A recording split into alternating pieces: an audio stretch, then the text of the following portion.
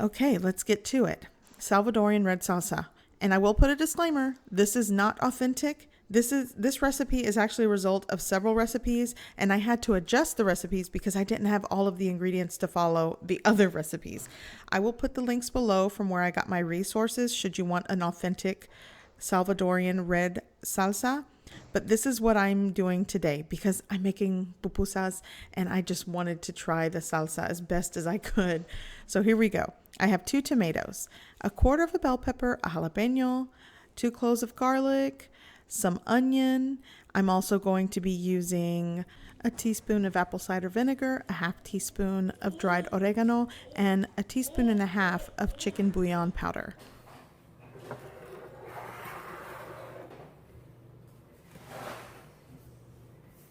Okay, so what I'm going to do first is just roughly chop all of my vegetables, and then eventually I'm just going to blend them.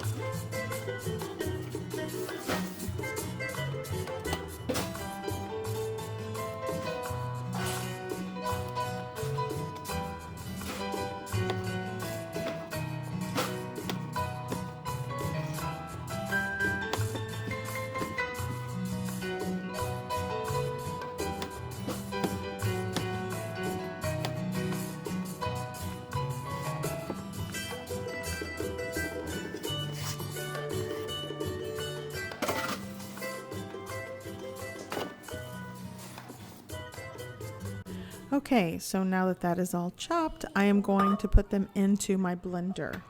And typically you could add about a half cup of water, but my tomatoes were super ripe, so I think I can get away without adding any extra water. And the other ingredient I will be adding to the blender is my half teaspoon of dried oregano.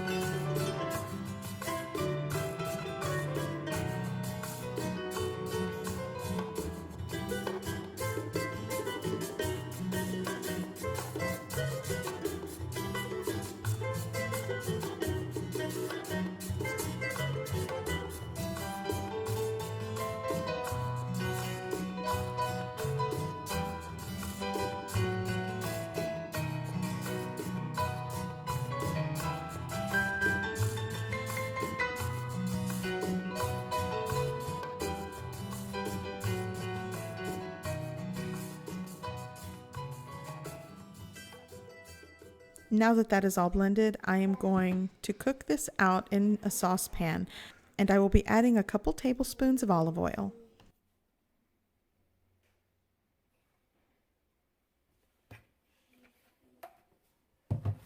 Okay, my saucepan is preheated, and this part you might want to step back. You're going to get some splashing. And I will mention, when making your salsa roja for pupusas, it's mainly tomatoes, and obviously I only put 2 tomatoes to the ratio of all the other vegetables, but when you're making this, you want to add probably about 5 to 6 tomatoes. I only had 2, but I still wanted to show you how I made this to kind of go along with the other video that I put out.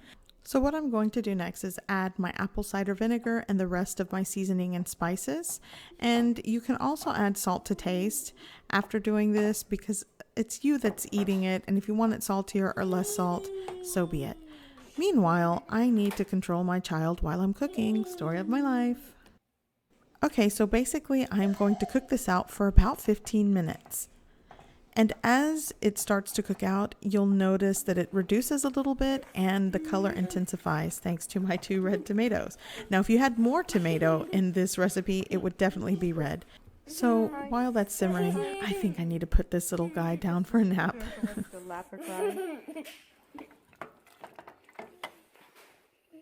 By the way, I'm simmering this at a fairly low heat.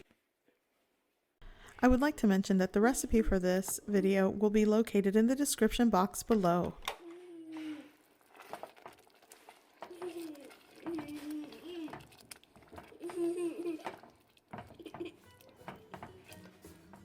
Okay, my tomato salsa is done.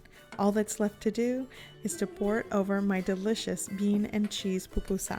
And if you would like this recipe, my other pupusa recipe, or the curtido, I will leave video icon links after the end of this video.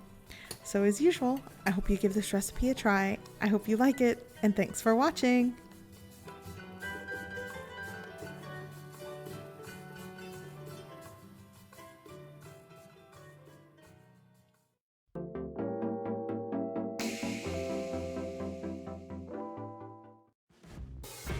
Hey guys, you can click on the video icons for more recipes, or you can click on my picture icon to subscribe. Thanks for watching.